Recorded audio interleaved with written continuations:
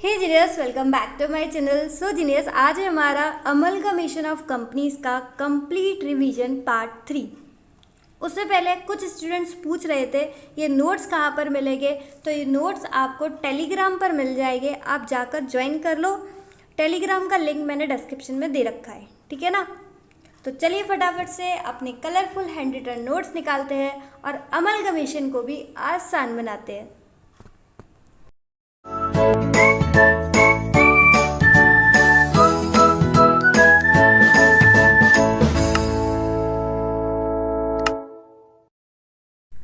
आज अपन देखेंगे general entries. किस किस की बुक्स में देखेंगे जनरल एंट्रीज, आपको पता ही है। यहाँ पर कौन कौन है, ट्रांसफरर कंपनी और ट्रांसफरी कंपनी। ट्रांसफरर कंपनी वो कंपनी जो अपना बिजनेस बेच रही है, ठीक है, सेलिंग कंपनी, उसको हम क्या बोलते हैं, ट्रांसफरर कंपनी। तो पहले हम ट्रांसफरर कंपनी की जनरल एंट्रीज देखेंगे और उसके बाद हम देखेंगे ट्रांसफरी कंपनी की, ठीक है ना। तो शुरू करें। देखो, ट्रांसफरर कंपनी में सबसे बढ़िया बात क्या है, no change in following entries whether it is purchase और मर्जर। इसका मतलब क्या है, ये जो जनरल एंट्रीज हम सीखने जा रहे हैं, ये चाहे परचेज हो या मर्जर, उससे फर्क नहीं पड़ता। ट्रांसफरर कंपनी में यही जनरल एंट्रीज पास की जाएंगी, ठीक है ना। अब इन जनरल एंट्रीज को स्टार्ट करने से पहले एक छोटा सा एग्जाम्पल ले लेते हैं, ठीक है ना।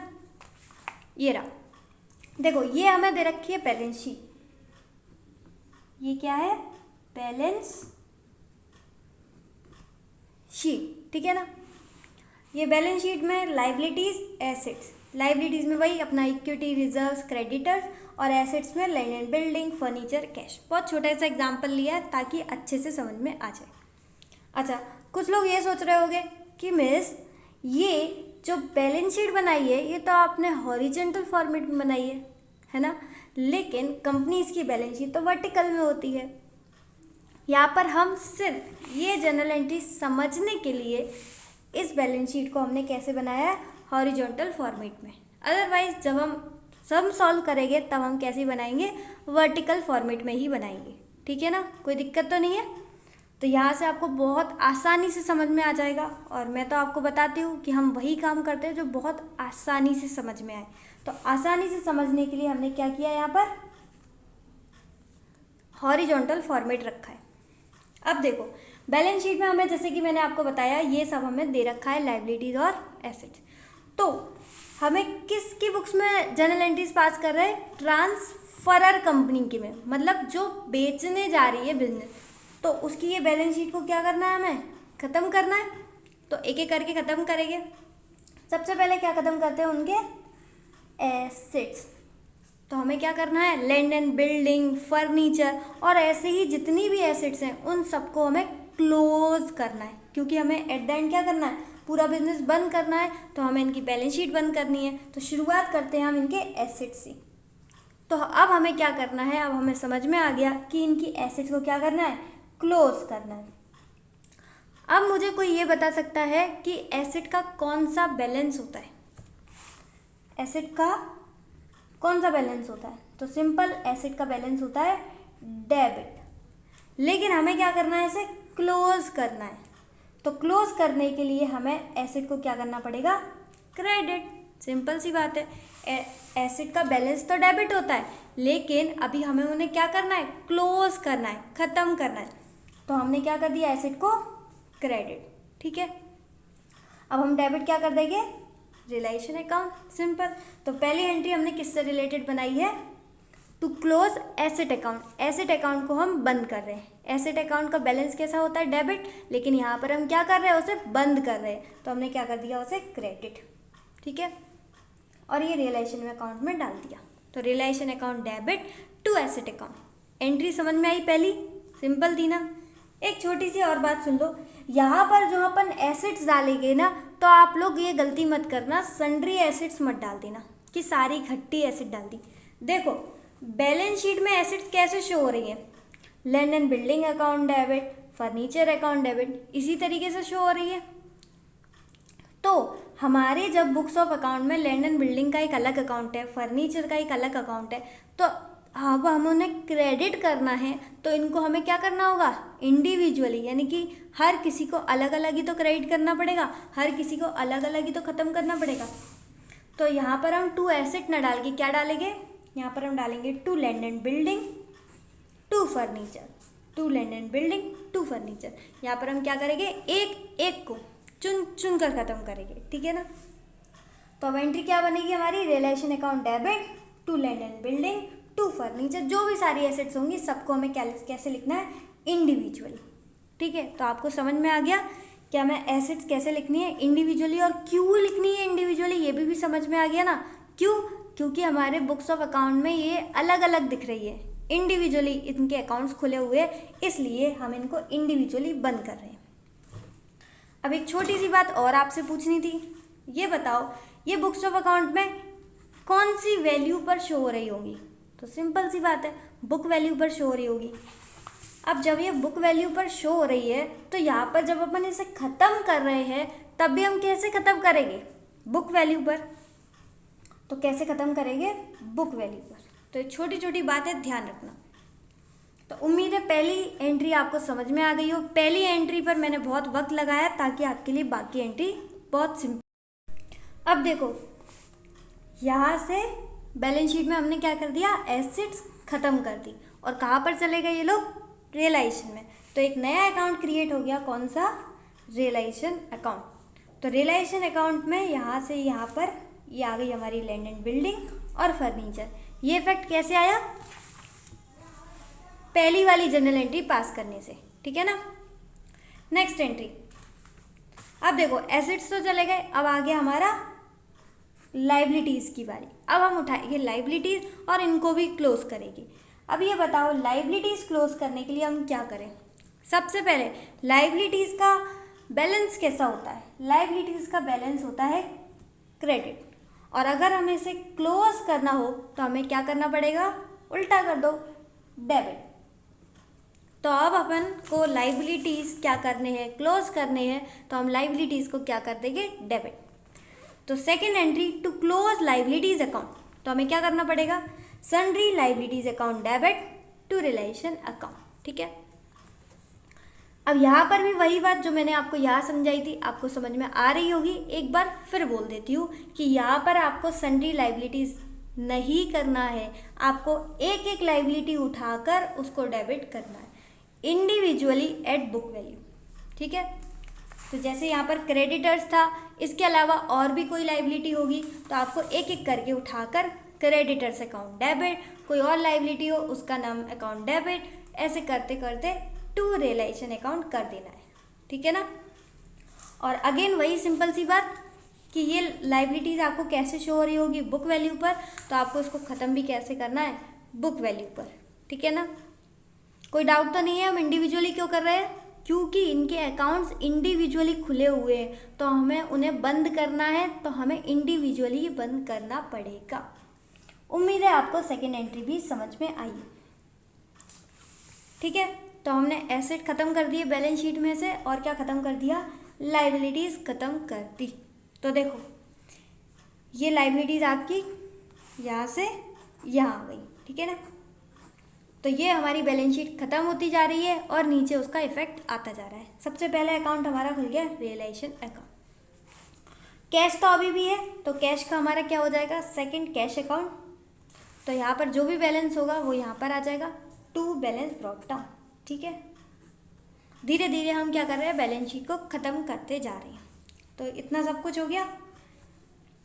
अब कौन बचे हमारे, इक्विटी, रिजर्व, वही शेयर कैपिटल वगैरह, ठीक है।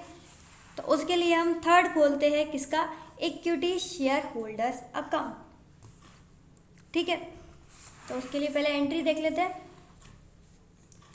To close share capital and reserve account. वही बात आ गई कि जब हमें शेयर कैपिटल और रिजर्व अकाउंट बंद करना हो तब अपन को क्या करना है। तो इसको बंद करने के लिए हमें क्या करना पड़ेगा, तो इनका भी बैलेंस कैसा होता है, क्रेडिट, अब कर देंगे डेबिट। तो सबसे पहले हमने equity share capital account debit, reserves account debit. तो जितने भी शेयर कैपिटल थी और जितने भी रिजर्व्स थे सब हमने क्या कर दिया, डेबिट। और अब हमें किसे पेमेंट करना पड़ेगा, इक्विटी शेयर होल्डर्स को। तो एक हमारी नई लाइबिलिटी क्रिएट हो जाती है, इक्विटी शेयर होल्डर्स अकाउंट। ठीक है ना। अब देखो यहाँ पर एक और बात, रिजर्व्स कैसे रखने हैं हमें इंडिविजुअली। ये मैं आपको बार बार बता रही हूँ, कोई भी दिक्कत हो मुझसे कमेंट सेक्शन में पूछ लेना, लेकिन आपको कंसेप्ट्स में थोड़ी सी भी लापरवाही नहीं होनी चाहिए, कंसेप्ट्स एकदम क्लियर होने चाहिए। ठीक है। तो रिजर्व अगेन कैसे आएगी अपने इंडिविजुअली, और हमारी एक नई लाइबिलिटी क्रिएट हो गई कैसी, इक्विटी शेयर होल्डर्स अकाउंट। तो देखो वही मैं आपको बता रही थी कि यहाँ से ये ख़त्म हुए और यहाँ पर एक नया इफेक्ट आ गया। तो थर्ड वाली एंट्री का हमारा क्या इफेक्ट आ जाएगा कि एक इक्विटी शेयर होल्डर्स अकाउंट खुल जाएगा और उनको हमें पैसा देना है किस किस का, इक्विटी शेयर कैपिटल और रिजर्व एंड सरप्लस। ठीक है। उसके बाद प्रेफरेंस शेयर होल्डर, तो प्रेफरेंस शेयर होल्डर्स एक नई लाइबिलिटी हो जाएगी जिनको हमें पैसा देना पड़ेगा उनकी कैपिटल का। तो preference share capital account debit to preference share holders. तो एक नई लाइबिलिटी क्रिएट हो गई, तो इसका इफेक्ट यहाँ पर आ जाएगा। प्रेफरेंस शेयर होल्डर्स अकाउंट, क्या पैसा देना है हमें, प्रेफरेंस शेयर कैपिटल। तो ये सिंपल सा था, मुझे लगता है आपको समझ में आ गया हो, इस पर ज़्यादा चर्चा की ज़रूरत नहीं है। तो इस तरीके से हमारी मुझे लगता है पूरी बैलेंस शीट बंद हो गई, एसेट्स बंद कर दिया हमने, लाइबिलिटी बंद कर दी, कैश का एक अकाउंट अलग है, और जो हमारे शेयर कैपिटल और रिजर्व्स थे उनके लिए एक नया हो गया इक्विटी शेयर कैपिटल और preference share equity share holders account और प्रेफरेंस शेयर होल्डर्स अकाउंट। ठीक है। ये हमारी थर्ड एंट्री भी हो गई, एसेट हो गए क्लोज, लाइबिलिटीज क्लोज हो गई, शेयर कैपिटल रिजर्व सब कुछ क्लोज हो गया, हमारी पूरी बैलेंस शीट क्लोज हो गई। उम्मीद है आपको तीनों की तीनों एंट्री बहुत अच्छे से समझ में आई हो। फोर्थ पर चलते हैं। एंट्री नंबर 4 किससे रिलेटेड है, परचेज कंसीडरेशन ड्यू। अब हम अपना बिजनेस बेच रहे हैं तो सामने से पैसा आना चाहिए कि नहीं आना चाहिए, बिल्कुल आना चाहिए। अभी तो पैसा नहीं आ रहा है, लेकिन पैसा आएगा ज़रूर, एक ना एक दिन आएगा ज़रूर। तो किससे आएगा वो, हम तो ट्रांसफरर कंपनी है, बिजनेस बेचने वाले, लेकिन पैसा किससे आएगा, ट्रांसफरी कंपनी से। ठीक है। तो ट्रांसफरी कंपनी हमारी क्या बन जाएगी, डेटर। तो ट्रांसफरी कंपनी को हमने क्या कर दिया, डेबिट, क्योंकि वो हमारी क्या बन गई है, डेटर। और अगेन नेक्स्ट अकाउंट हमारा हो जाएगा रियलाइजेशन अकाउंट। तो फोर्थ एंट्री सिंपल सी थी, यहाँ पर पैसा आ नहीं रहा है, हम क्या कर रहे हैं, ये कैसी एंट्री है, ड्यू एंट्री। तो transferee company account debit to realisation account, ये हमारी हो गई फोर्थ एंट्री कंप्लीट। 1 तो पहले ही हो गई थी, 1 2 3 4, 4 की 4 एंट्री कंप्लीट हो गई। 5वीं, sale of assets not taken over by new company. इसका मतलब क्या है, देखो यहाँ पर मैंने आपको 2 कंसेप्ट समझाए थे लास्ट वीडियो में। एक था आपका amalgamation in the nature of merger और amalgamation in the nature of purchase. वहाँ पर मैंने आपको बताया था कि मर्जर में तो क्या होती है, सारी की सारी एसेट, सारी की सारी लाइबिलिटीज चली जाती है ना, जो तेरा है वो मेरा, यही मैंने आपको बताया था। लेकिन परचेज में क्या होती है, सिर्फ कुछ एसेट्स आती हैं। ठीक है। वो आपको एक लिस्ट प्रोवाइड कर देगा कि ये एसेट्स हमने ली। इसका मतलब अगर परचेज वाला केस होगा तो हो सकता है कुछ एसेट्स नहीं गई हों, तो उस एसेट्स का क्या करें, उस एसेट को हम खुद बेच देंगे। ठीक है ना। अब अगर सामने वाला कौन, ट्रांसफरी कंपनी ने अगर हमारी कुछ एसेट्स नहीं खरीदी तो हम क्या करेंगे, उस एसेट्स को हम बेच देंगे, अलग से बेच देंगे। ठीक है। तो सेल ऑफ एसेट्स, हम एसेट्स का सेल कर रहे हैं, कौन सी asset, not taken over by new company, यानी कि जो नई कंपनी, जो ट्रांसफरी कंपनी है, उन्होंने जो एसेट्स नहीं लिए वो वाली हम बेच रहे हैं। ठीक है। अच्छा ये बताओ, सिंपल सी बात, जब एसेट बेचते हैं तो पैसा आता है जाता है, सिंपल सी बात है, हमारी तरफ से एसेट जा रही है तो सामने से पैसा आएगा। तो देखो पैसा आ गया, cash account debit, simple real account के वो है, तो कैश अकाउंट डेबिट, पैसा आ गया। अभी बताओ एसेट तो जानी चाहिए, 2 एसेट अकाउंट होना चाहिए, लेकिन यहाँ रियलाइजेशन क्यों है, सिंपल सी बात है, हमने अपनी बैलेंस शीट तो पूरी बंद ही कर दी ना, अब तो बस ये है 1 2 3 4 यही रह गए हैं बस। तो हमारी एसेट किस में पड़ी हुई है, रियलाइजेशन में, तो रियलाइजेशन को क्रेडिट कर दो। अब एसेट तो हमने कहाँ डाल दी थी, सारी की सारी एसेट्स हमने डाल दी थी कि नहीं डाल दी थी, सारी की सारी एसेट्स कहाँ डाल दी थी, रियलाइजेशन अकाउंट में। तो अब यहाँ पर एसेट नहीं जाएगी, क्या करेंगे हम, क्रेडिट रियलाइजेशन अकाउंट को, ठीक है। तो पैसा आएगा cash account debit to realisation account, realisation से अपने आप चली जाएगी। 6 paid off liabilities not taken over by new company. Same इसी तरीके से कुछ जो लाइबिलिटीज हमारी सामने वाली कंपनी यानी कि ट्रांसफरी कंपनी ने नहीं ली, तो उसको क्या करना पड़ेगा, हमें पेमेंट करना पड़ेगा, हमारी जिम्मेवारी है। तो लाइबिलिटीज को जब पेमेंट करते हैं तो बताओ पैसा आता है या जाता है, सिंपल सी बात, जाता है।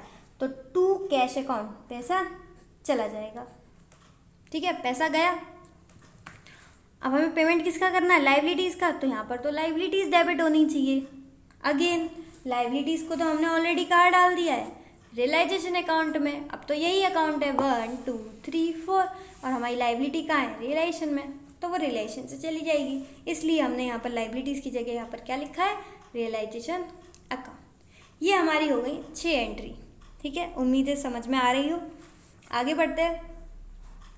7 परचेज कंसीडरेशन रिसीव। आ गई वो घड़ी जिसका था इंतजार। परचेज कंसीडरेशन रिसीव यानी कि अब आना बाकी है। देखो यहाँ पर मैंने आपको जोर जोर से बताया था कि हमें कुछ पैसा आ नहीं रहा है, यहाँ पर ये सिर्फ कौन सी एंट्री है, ड्यू एंट्री, और हमें पैसा देगा कौन, ट्रांसफरी कंपनी, ठीक है। लेकिन कुछ पैसा आया नहीं था, वो घड़ी अब आई है 7 में, यहाँ पर अब हमें पैसा आएगा और कौन देगा, ट्रांसफरी कंपनी।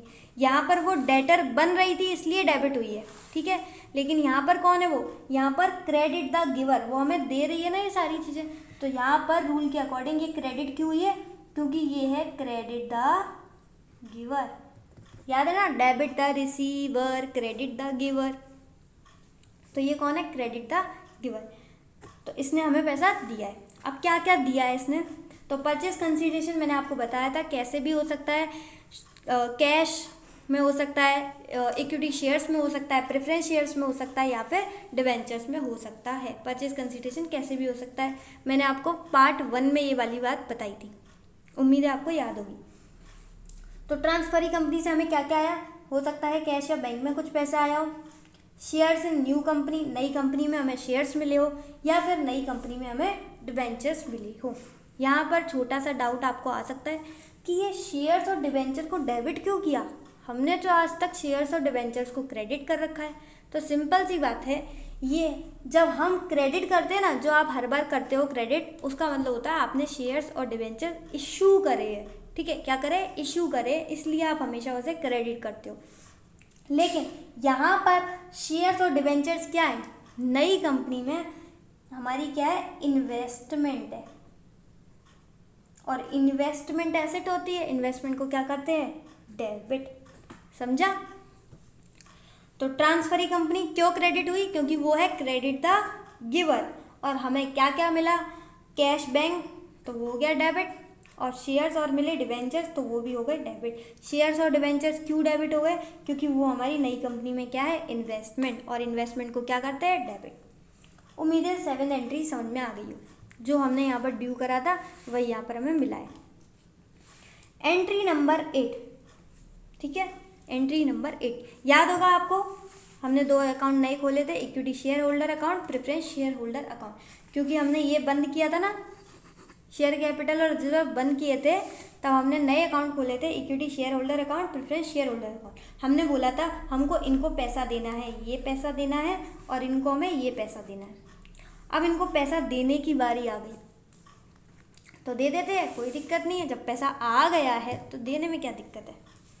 तो पेमेंट टू प्रेफरेंस और इक्विटी शेयर होल्डर, पहले प्रेफरेंस को करते हैं, भाई इनकी प्रेफरेंस है, preference share holder account debit. आपको याद होगा 3rd एंट्री में हमने इनको क्रेडिटर बनाया था कि हम आपको पैसा देंगे, प्रेफरेंस शेयर होल्डर्स को हमने क्रेडिट किया था। अब इनको पैसा देने की बारी आई है, तो अब हम इन्हें क्या करेंगे, डेबिट। तो प्रेफरेंस शेयर होल्डर्स को हमने क्या कर दिया, डेबिट। हो सकता है हमें इन्हें पेमेंट कैश में किया हो, बैंक में किया हो, या कुछ शेयर्स दिए हो, मैंने आपको बताया है इनका हम पेमेंट कैसे भी कर सकते हैं। तो प्रेफरेंस शेयर होल्डर्स को कर देंगे डेबिट, हमारी लाइबिलिटी हो रही है ख़त्म, और जो भी हमने उनको दिया वो हमारे यहाँ से चला जाएगा, ठीक है ना। उसके बाद हमने एक नई लाइबिलिटी बनाई थी इक्विटी शेयर होल्डर्स। तो इक्विटी शेयर होल्डर्स को भी हमें पेमेंट करना है, तो उसको हम कर देंगे डेबिट। हमारे यहाँ से जो भी गया, कैश में से बैलेंस गया, बैंक में से बैलेंस गया, या फिर कोई हमने शेयर्स दिए तो वो भी हमारे चले जाएंगे, ठीक है ना। तो ये सारी चीज़ें, तो देखो इक्विटी शेयर होल्डर्स का भी हमने पेमेंट कर दिया, प्रेफरेंस शेयर होल्डर्स का भी पेमेंट कर दिया। साथ के साथ शो करा रही हूँ कि किस तरीके से बुक्स ऑफ अकाउंट में इफेक्ट आएगा, ये जो जर्नल एंट्रीज पास कर रहे हैं इसका क्या इफेक्ट आएगा। बस एक आखिरी, फिर ये ख़त्म हो जाएगी। नहीं, ये सब इतना कुछ तामझाम करा है तो कुछ लिक्विडेशन एक्सपेंस हुए होंगे, और लिक्विडेशन एक्सपेंस क्या होता है? खर्चा, नाम में ही है एक्सपेंस, खर्चा, यानी कि हमारा रियलाइजेशन अकाउंट हो जाएगा डेबिट। और जब खर्चा होता है तो क्या होता है? पैसा जाता है, तो कैश या बैंक बैलेंस का हमारा पैसा कम हो गया होगा, तो वो गया। सिंपल है, लिक्विडेशन एक्सपेंस तो समझाने की ज़रूरत नहीं है, बचपन से करते आए हो। Realisation account debit to cash और बैंक अकाउंट। यहाँ पर हमारी पूरी ख़त्म होती है किसकी entries in the books of transferor company. मैंने बोला था मैं पहले किसकी समझाऊंगी? ट्रांसफरर कंपनी, यानी कि जो बेचने जा रहा है ना बिजनेस, वो किस तरीके से करेगा। और मुझे ये बताना कमेंट में कि इस तरीके से समझाने से आपको ज़्यादा अच्छे से समझ में आया, या फिर मैं डायरेक्ट ऐसे ही समझाती चली जाती, ठीक है। तो कुछ कमेंट कर दिया करो जिससे मैं आगे की वीडियोस में इम्प्रूवमेंट लाऊं, ये तामझाम करूं, अदरवाइज़ ये तामझाम करने की ज़रूरत नहीं है, ठीक है। इसमें भी टाइम लगता है अलग अलग बनाने में, तो मुझे कमेंट में फीडबैक दे दिया करो। तो मैंने आपको ये बढ़िया किया कि पहले ही ट्रांसफरर कंपनी की सिखा दी, क्योंकि अब ट्रांसफरी कंपनी की बहुत बहुत बहुत कम है। तो ट्रांसफरी कंपनी की बहुत एंट्रीज कम है और बहुत आसान है, तो जल्दी समझ में आ जाएंगी। आ जाओ, अब हम क्या सीखने जा रहे हैं? Journal entries in the books of transferee company. Transferee company जो बिजनेस खरीदने जा रही है, जो बिजनेस को परचेज करने जा रही है, ठीक है, परचेजिंग कंपनी, उसको हम क्या कहते हैं? ट्रांसफरी कंपनी, ठीक है। अब हम इसकी बुक्स में बनाएंगे। तो सिंपल सी बात है, क्या कर रही है? Business purchase. तो पहली एंट्री यही डालेगी बिजनेस परचेज की। तो business purchase account debit to transferor company. अब इसने यहाँ पर ट्रांसफरर कंपनी को क्रेडिट क्यों कर दिया? बोलो क्यों किया? क्योंकि ये कौन है? यहाँ पर कौन सा रूल लगा है? Credit the giver.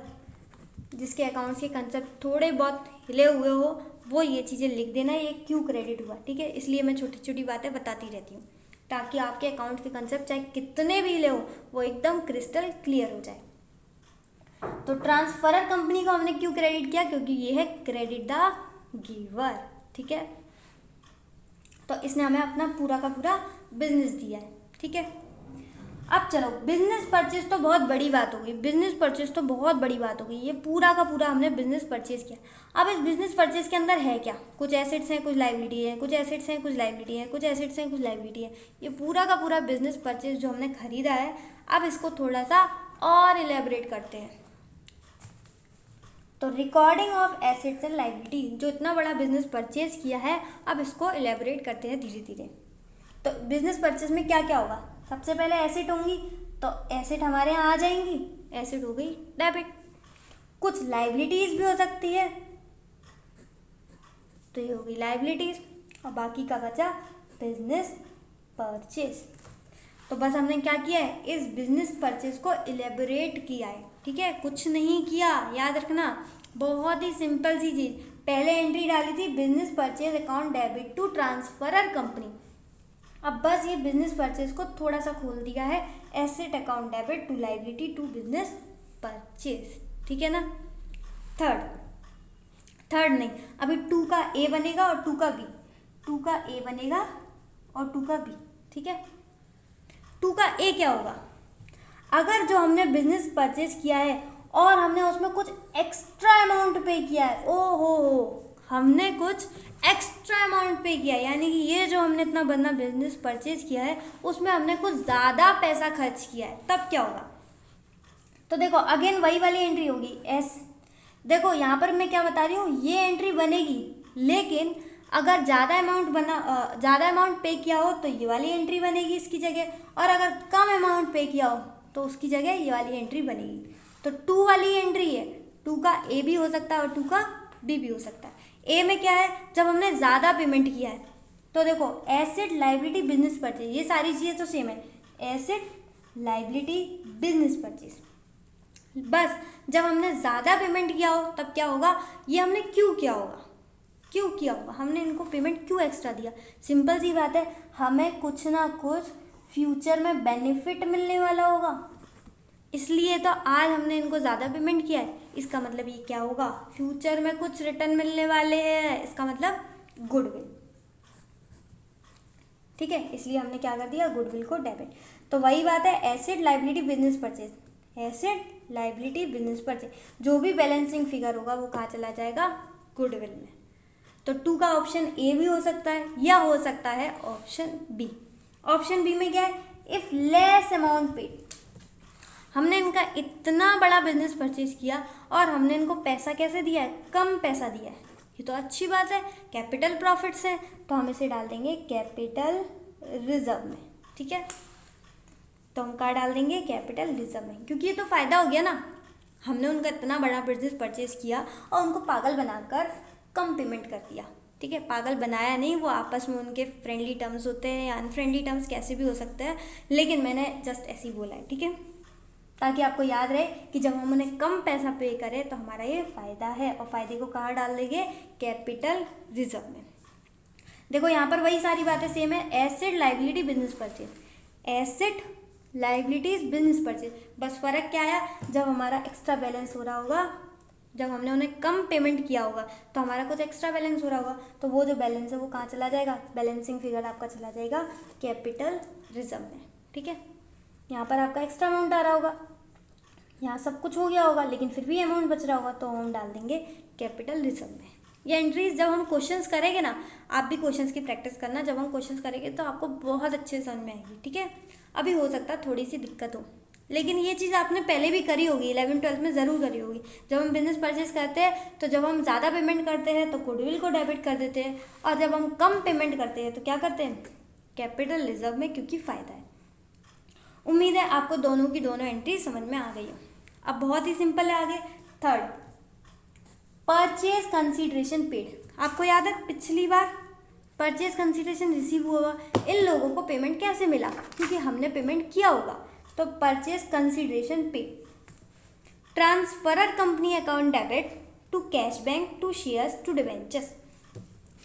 अब हमने ट्रांसफर कंपनी को क्या करा, डेबिट, यहाँ पर हमने क्या करा था, क्रेडिट, क्योंकि ये बिजनेस पूरा का पूरा दे रहे थे, यहाँ पर कौन थे वो लोग, क्रेडिट द गिवर, लेकिन यहाँ पर उन्हें कुछ मिल रहा है, कौन हो गई है, अब ये हो गए डेबिट द रिसीवर, इन्हें कुछ मिल रहा है, यानी कि ये कौन है, रिसीवर, इसलिए हमने क्या कर दिया, ट्रांसफरी कंपनी को ट्रांसफरर कंपनी को डेबिट कर दिया।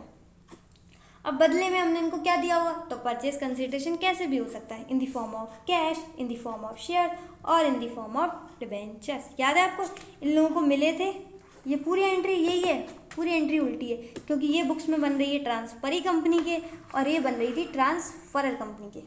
ध्यान से देखो, पूरी एंट्री सेम है, उसके मैं उल्टा कर दिया, बस रिवर्स हो गया। तो उम्मीद है आपको तीसरी एंट्री भी समझ में आई। चौथी entry, realisation expenses of transferor company paid by transferee company. वाह क्या बात है, ट्रांसफरर कंपनी यानी कि जिसने अपना बिजनेस बेचा है हमें, उसके हमने ट्रांसफरर कंपनी के हमने क्या करे, रिलेशन एक्सपेंस पे हमने किए। रिलेशन एक्सपेंस किसके थे, ट्रांसफरर कंपनी के, और पेमेंट किसने किया है, हमने, ट्रांसफरी कंपनी ने। तो ऐसे तो पेमेंट नहीं किया होगा, हमें कुछ ना कुछ फ्यूचर में बेनिफिट मिलने वाला होगा, इसलिए यहाँ पर हम क्या करेंगे, goodwill account debit to cash bank. देखो रिलेशन एक्सपेंस पे किए तो कैश या बैंक में से पैसा जाएगा, तो ये तो सिंपल है, ये क्रेडिट हो जाएगा। लेकिन हमने यहाँ पर गुडविल को डेबिट क्यों किया है? क्योंकि हमने उनको कुछ एक्स्ट्रा पेमेंट क्यों किया है, ताकि हमें फ्यूचर में कुछ ना कुछ बेनिफिट हो, इसलिए हमने गुडविल में डेबिट किया है, ठीक है ना। लेकिन आपको याद होगा मर्जर के केस में गुडविल और कैपिटल रिजर्व जैसा कोई कंसेप्ट नहीं होता, मैंने आपको बताया भी होगा। कहाँ गया? जब मैंने आपको पार्ट 2 में, शायद पार्ट 2 में मैंने आपको मर्जर और परचेज का कंसेप्ट समझाया था, तब मैंने आपको मर्जर में एक बात बोली थी, जो तेरा है वो मेरा है, जो मेरा है वो तेरा है ना। तो यानी कि तू और मैं एक ही है, हम दोनों अलग अलग नहीं है। तो क्या फ्यूचर रिटर्न्स की बात, क्या फ़ायदा घाटे की बात, हम क्या बोलते थे, जो तेरा है वो मेरा, यानी कि तेरे रियलाइजेशन एक्सपेंस भी मेरे ही रियलाइजेशन एक्सपेंसेस हैं। तो तेरे रियलाइजेशन एक्सपेंस अलग से क्यों गुडविल को दिखाएं, तेरे रियलाइजेशन एक्सपेंसेस मेरे रियलाइजेशन एक्सपेंस है, ये कौन बोलता है, मर्जर। तो वो अपने ही P&L अकाउंट से डेबिट कर देता है, ठीक है, क्योंकि एक्सपेंस है तो डेबिट होंगे, तो P&L अकाउंट डेबिट, और पैसा चला गया होगा तो कैश बैंक हो गया क्रेडिट।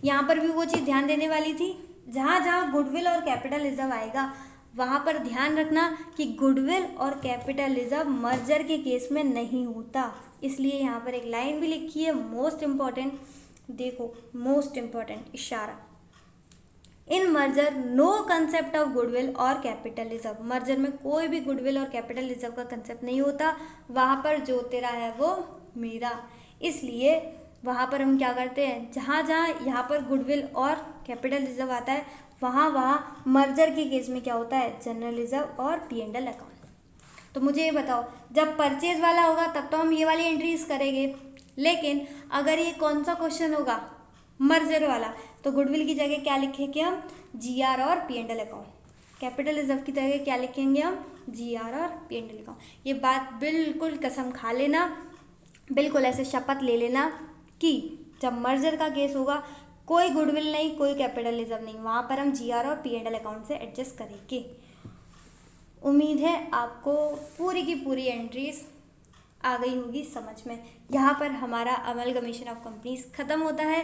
जो हमने आज जनरल एंट्री सोची थी कि हमें ट्रांसफरर कंपनी और ट्रांसफरी कंपनी की जनरल एंट्री सीखनी है, वो हमने बहुत अच्छे से सीख ली है। कुछ अगर इम्प्रूवमेंट्स हो वीडियोस में तो मुझे फीडबैक में ज़रूर बता देना, कुछ अच्छा हुआ हो जैसे कि ये सब मैंने किया था और उससे आपको और अच्छे से समझ में आया हो और आसानी से समझ में आया हो, तो आप मुझे अपना फीडबैक ज़रूर दीजिएगा। कमेंट्स पढ़ के ही आगे वीडियो बनाने के लिए उत्साहित होते। ज़्यादा हिंदी बोल दी। अच्छा चलो, आज के लिए बस इतना ही। If the video is helpful for you then hit the like button, share with your mates as well if it deserve, and yeah do subscribe now. Subscribe कर दिया करो भाई, फ्री है, ठीक है। इसी तरीके से खुश रहिए, मुस्कुराते रहिए। मिलते हैं नेक्स्ट वीडियो में, तब तक के लिए bye bye, be happy always.